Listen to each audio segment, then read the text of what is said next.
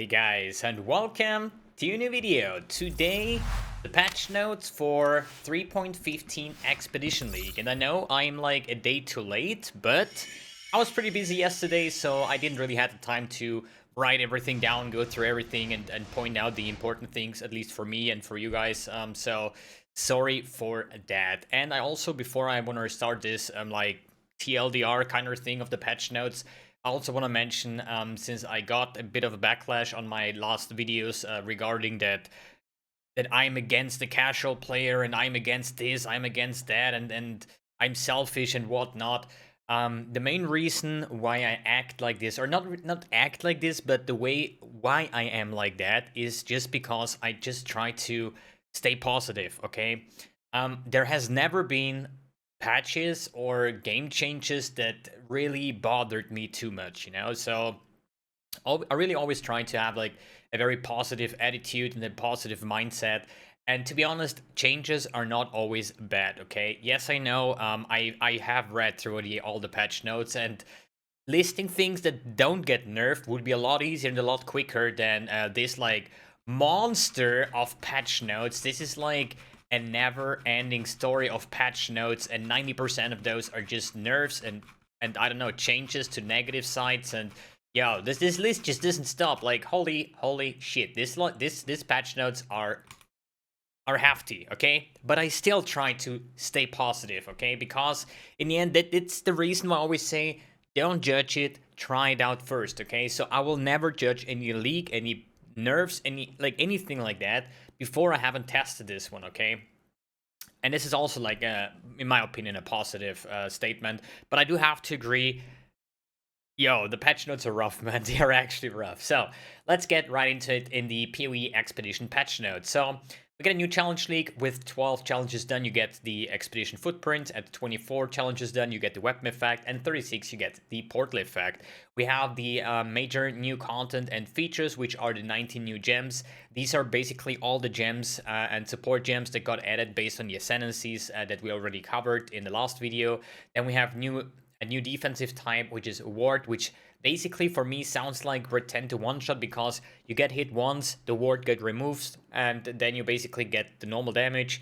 But after 5 seconds time, you restore that. I think that's like really good for like super high evasion builds, because this is actually the problem.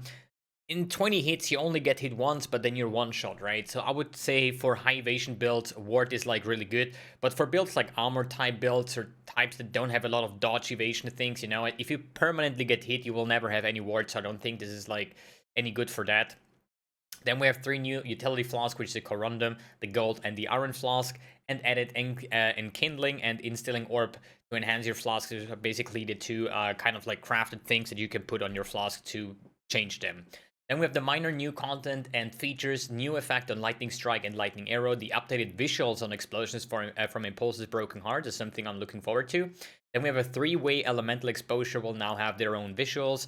The Stygian MTX will now apply a Stygian Ignite. This looks kind of cool actually, or at least sounds kind of cool.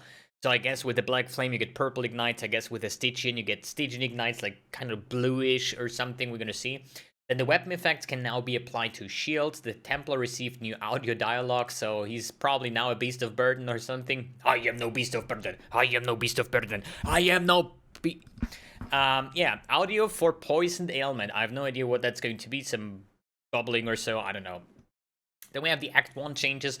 Monsters will have roughly 46% more life and Hillock and so on. And these unique monsters got changed accordingly, so they have less base life, but through the modifier they have still overall I think a little bit more, and the monster pack size slightly buffed.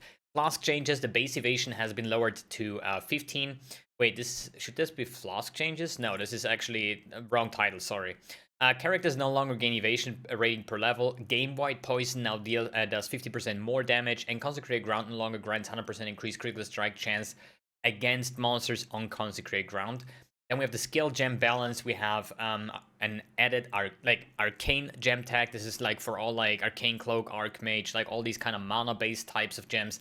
And we have the prismatic gem tag now, which is for skills that pick random elements if you attack. The specific skills. This is the point.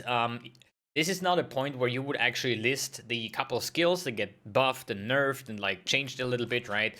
But the list here, it starts from specific skills over here, right? And yeah, then we can scroll down and yeah, then we have the Val skill balance, so support gem balance.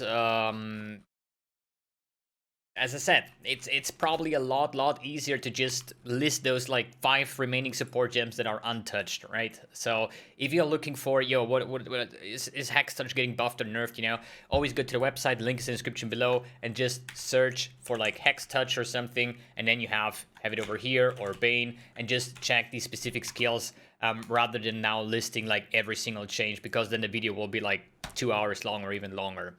And with the passive skill tree balance, a lot of small changes regarding nodes, many description based, some buffs, some nerfs, like mediocre things, you know, like, yeah, a lot of nerfs here and there. That's obviously true, but I don't want to list like 5% chaos.multi is now 4% chaos.multi. It's like all minor things, you know, for my opinion. But we have a new Asylum cluster. This is like for Curse Effect and Consecrate Ground. Then the Careful Conservationist have some Flask nodes. And the new Natural Remedies cluster is also based on Flask nodes. I think the Asylum is somewhere. Asylum is on the Templar side, and these two are on the Raider, or at least Ranger side. And then we have Adamant.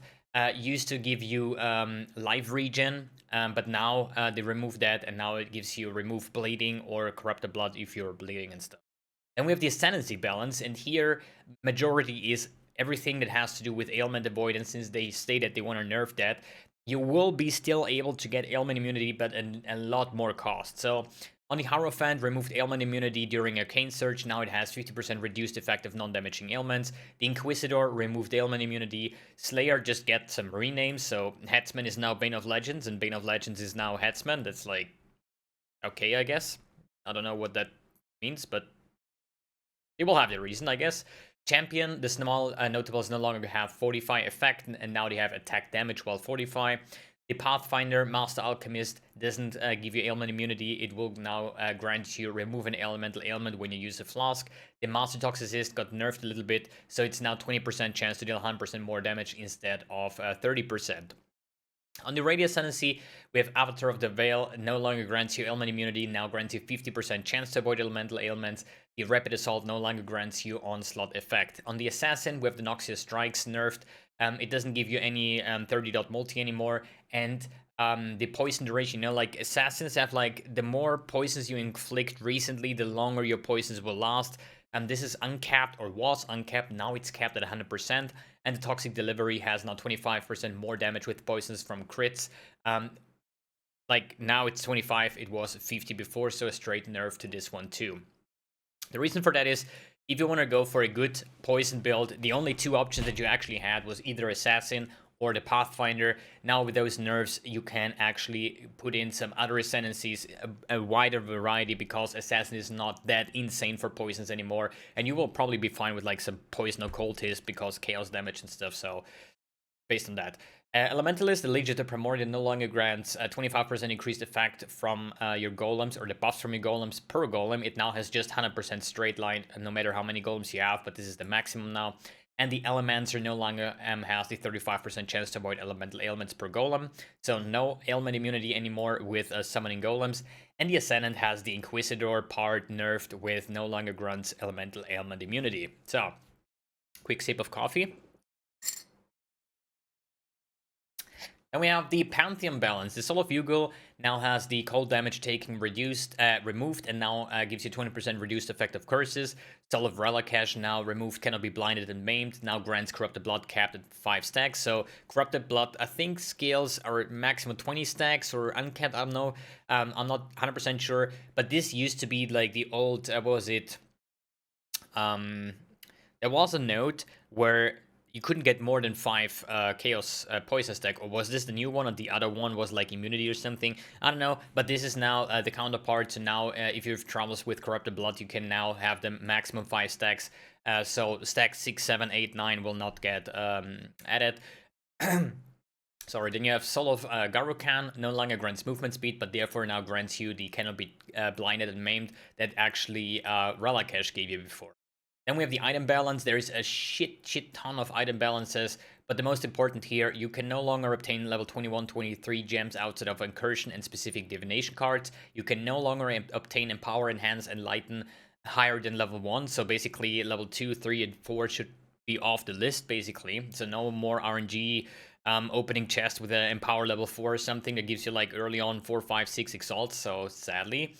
I'm not sure if they can drop level 1 and 2, but not higher at least. So yeah, usually level 2 is like same price as the level 1, to be honest. Catalysts no longer affect the chances of a specific modifier, so if you get like life catalysts on the item, you will not have a higher chance of rolling life modifiers, and the quality will no longer get removed.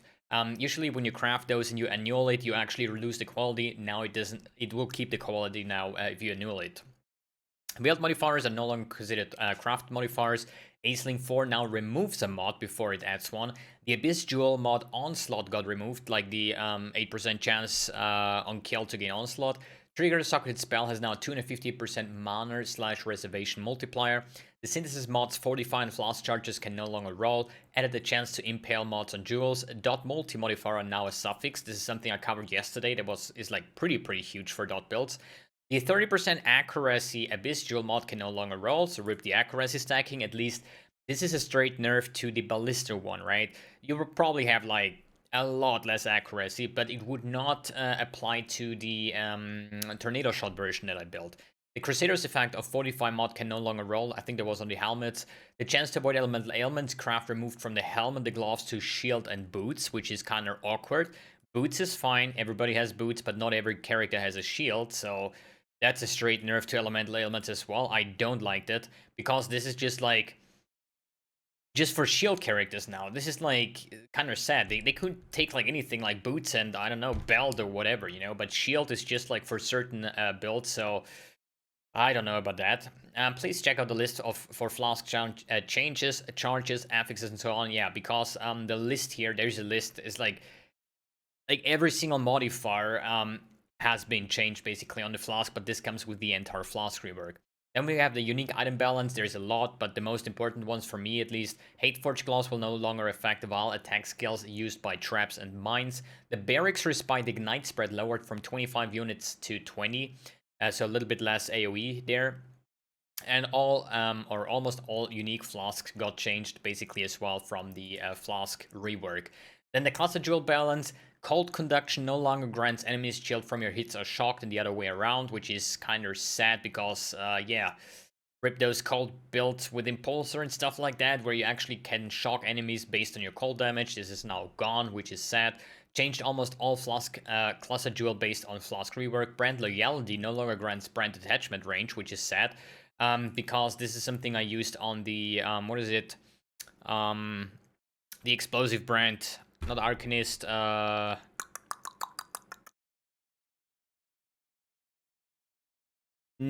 yeah, the one that explodes, right? You usually stack so much brand attachment range that it just chains over a screen. This is now gone, which is sad. And the Elegant Form now got nerfed, or at least the Elegant Form is something I used a lot. It's a small cluster jolt, gives you 30% chance to avoid elemental ailments. Now gives you 15% chance to avoid elemental ailments, so you need 2 of the small ones, which is kind of sad again. The monster changes. Rebalanced ailment threshold for monsters due to massive nerf to players, so you don't need to inflict that big of a shock anymore to get the shock going on bosses, for example. But this is something you will not feel. You do less damage, and you have to deal less damage to inflict the shock, so it's fine.